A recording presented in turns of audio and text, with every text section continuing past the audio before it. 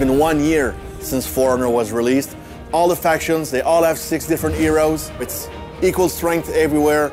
It's time for the Wolves to rise on top. We decided to call Season 5 Age of Wolves because with a 1-year anniversary, we go back to Apollyon. And Apollyon dreamed about this world where wolves will dominate and not the sheep.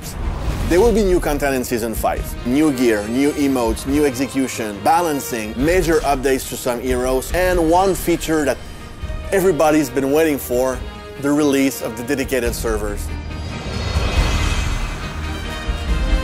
We dedicated a whole part of the team to only work on that. Can we really change the whole architecture of the game while we improve it and run it at the same time? That's why it took so much time, basically, because of the amount of work that is needed behind it.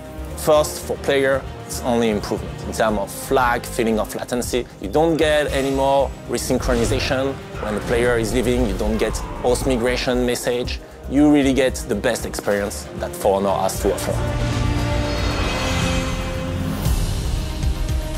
With the new season, some characters of our roster can say Conqueror, Berserker. We did some major changes. We've added new connections, new mix-ups to really improve their playstyle, but also improve their effectiveness on the battlefield. We are looking also at other characters, maybe more in the future. Regarding the progression and the gear in Season 5, we don't want it to add an extra rarity as we did previously. So we've added a new step that is called gear refinement. That's adding an extra edge on the stats, but really the purpose is to have the best gear in the game and to showcase it to everybody else. People want to have more choice regarding their progression. So now you can spend your salvage to get an XP boost that will boost the hero you're playing as well everybody else that is playing with you.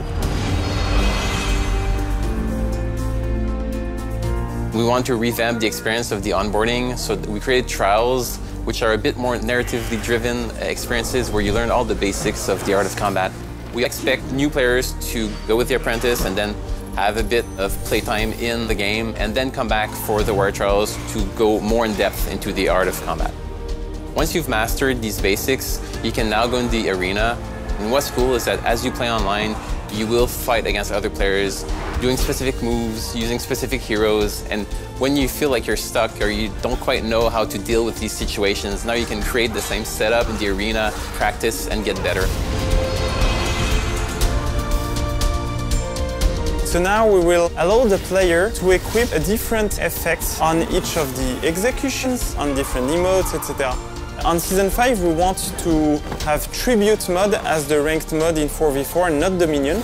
For Faction War, we're adding what we call the strategic points. When you own a territory that has a strategic point, you will get a bonus. More XP when you play matches, for example, more loot or more war assets. The first thing I think we need to say to our community is thank you guys. You have been amazing.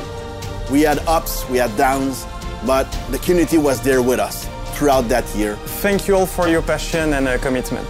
Thank you.